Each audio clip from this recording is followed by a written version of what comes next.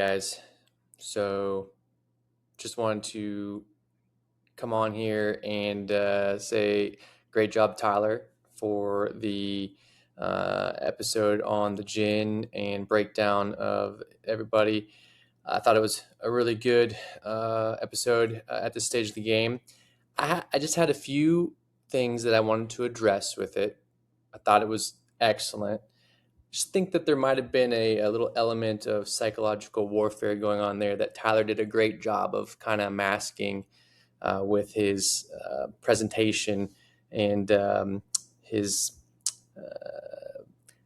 confidence with how he went about it. He tried to show a very biased mindset, but I think there's enough jabs in there at team tap in triples that I just wanted to make sure that our side of things, came through. And the last thing that these guys hear going into the week is not these little subtle psychological jabs from Tyler, which was well played, buddy, but I'm not going to let that slide. So overall, though, I thought it was excellent, and just a few things to address from that. So, we'll start with Bina.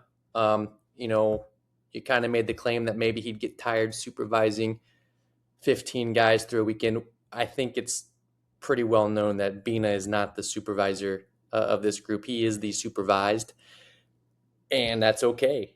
He gets his hall pass for the weekend to be one of the guys and not dad on Hackers Cup weekend. So I actually think it allows him to play more freely, that he is not in pure dad mode that weekend.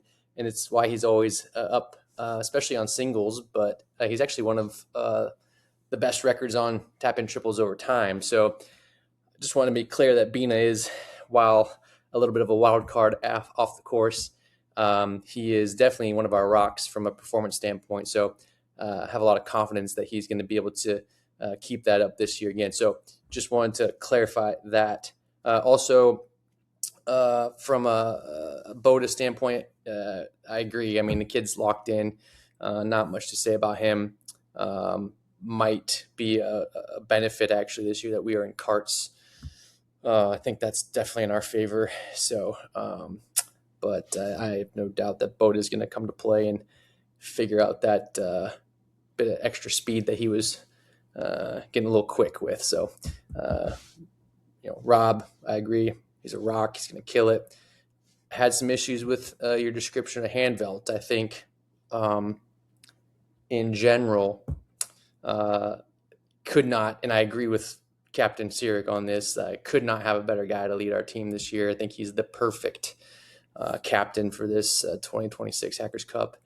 And I have full confidence that that his energy and his vibes that he's going to bring are going to be just what tap-in triples needs to get over the hump and get back in the on the winning track.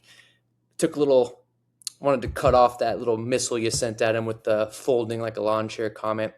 I think I have full confidence, and there's no scenario in my mind that doesn't show Ben giving his best performance if needed in a tense moment, and can promise you that there will be no folding of the lawn chair, and probably to your detriment, Tyler. So you can take that one and shove it.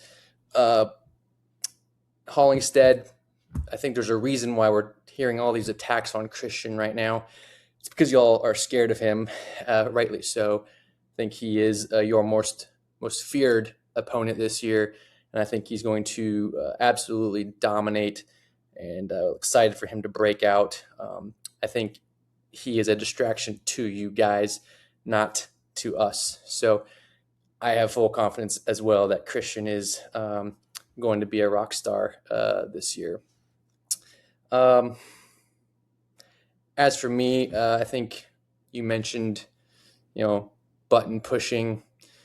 I think in the past, and certainly one of the reasons why I decided to step away from being captain, is that I was dealing with some excess stress in life, work, family, whatever, that I think a lot of that's behind me now, and I'm in a much better state. But I felt like stepping away from the captaincy was kind of the final step to clearing the plate and getting a little bit of a fresh start and a fresh outlook, a fresh mindset. So the button pushing by all means, hammer away. But I think you're going to find that the response is not quite the same that you've gotten in the past. And the results on the golf course, I think, will show that. So good luck, fellas, with the button pushing. May the odds be ever in your favor. As for you guys, felt like Tyler, we're kind of soft on your team. And I don't blame you. I mean, it is your team. You're a good teammate. You're sticking up for your guys. Didn't want to certainly put them in a bad spot mentally. Didn't hesitate to fire those missiles at us, but I'll send them back towards your team here for a little bit. So, we'll start with, I think, you, Tyler. I did want to bring up your soft cap. I think it may not be well known, but you did soft cap this year, and I don't think there's anything malicious in it. I think you just weren't playing very good golf, and I think it was big of you to kind of stand up and own that. Very honorable, I think, as you mentioned several times about us in our handicap situation. We are nothing but honorable on our side of the fence over here.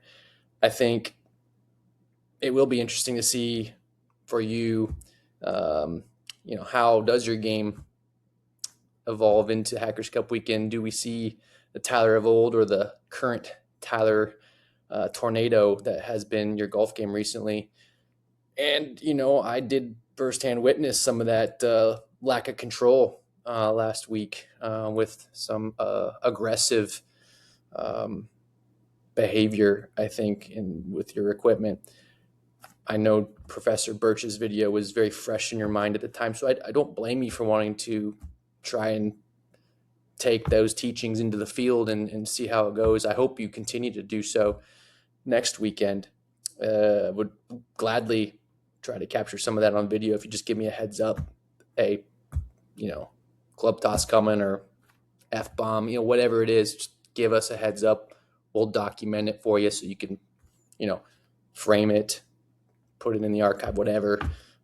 We could even include it in the follow-up recap episodes. I think that would be a great touch. So it will be interesting, Tyler, to see how you handle playing on a soft cap this year. So we will be watching very closely. That being said, great video. I loved it. I hope you do some more. All right, let's get into it a little bit more. Let's see. Captain Sirik, what is there to say? The guy's a freaking animal. He's a 3-time captain of a winning team. Golden boy, can't do anything wrong. I think he's down to a 1.9 after soft capping himself this year. So he's made quite an impressive recovery on his cap, and he's playing really good golf right now. I don't think there's anything you can say about him other than that he's going to go out there and light it up, and we're going to have to play well to beat him. So we're coming for you, Colton, but keep up the good work. Jordan, I know you've been the topic of a lot of debate this upcoming season into Hackers Cup, and I think rightly so. I don't think, and I want to be clear, there's not been any, I think, direct accusations at you. I think there's just the data, and so we're just talking about the data. And I've been very clear. I thought you played excellent golf last year. I was very impressed. I hadn't played with you much, honestly, the last couple of Hackers Cups. I'd have to look. I may not have played with you at all at Eagle Ridge, but was very impressed. Thought you played you were minus 16 net, and you earned it. So I don't think there's anything to take away from your game other than that you played great last year. Hopefully for your sake and your team, you can continue to do that this year. We will obviously hope that it doesn't continue, but I think the pressure on that front is all yours. I mean, take it for what it's worth. And I think Tyler's going to let you have your say, which I think is a good thing. I was hoping to be a part of that episode, but it's not going to work out. So, you do you, buddy, and, keep up the good work.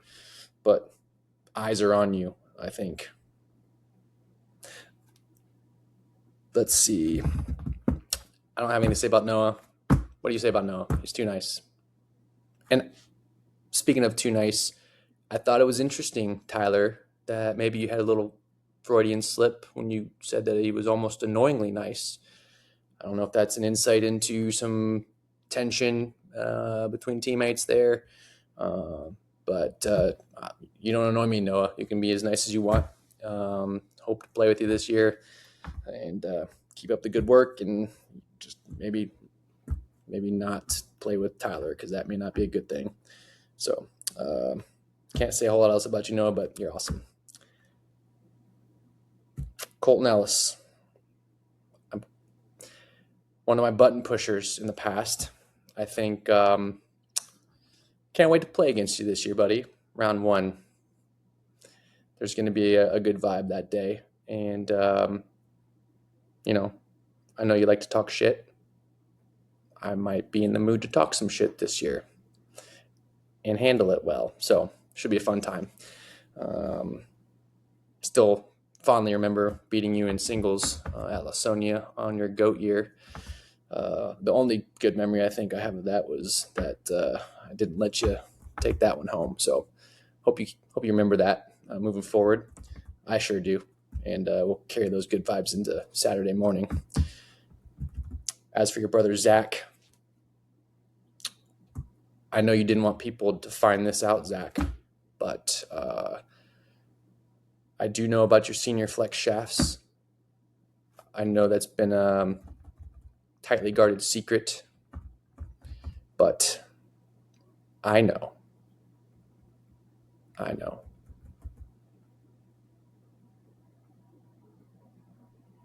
right. The one that everybody wants to know about, Jake. Oh, Jake. Playing at a 9. I think I used the word gobsmacked to Tyler. That's what I will feel if you don't play well this year. I will be gobsmacked. I don't care what your handicap is. I know you will bring your game. It's a heavy, sandy type of game, if you will. And I can't wait to take you down this year. It will feel very good. I think our team in general is excited to take you down. That being said, we do love your vibes. We are very respectful of the game you bring to Hackers Cup. It is well earned. You do play incredible at the Hackers Cup, and you've earned it. It's just a bit sandy. We'll see what you bring this year. All right. Oh, another thing, Tyler, and I almost did it myself. I thought it was incredibly insightful that you forgot your first round playing partner on your video.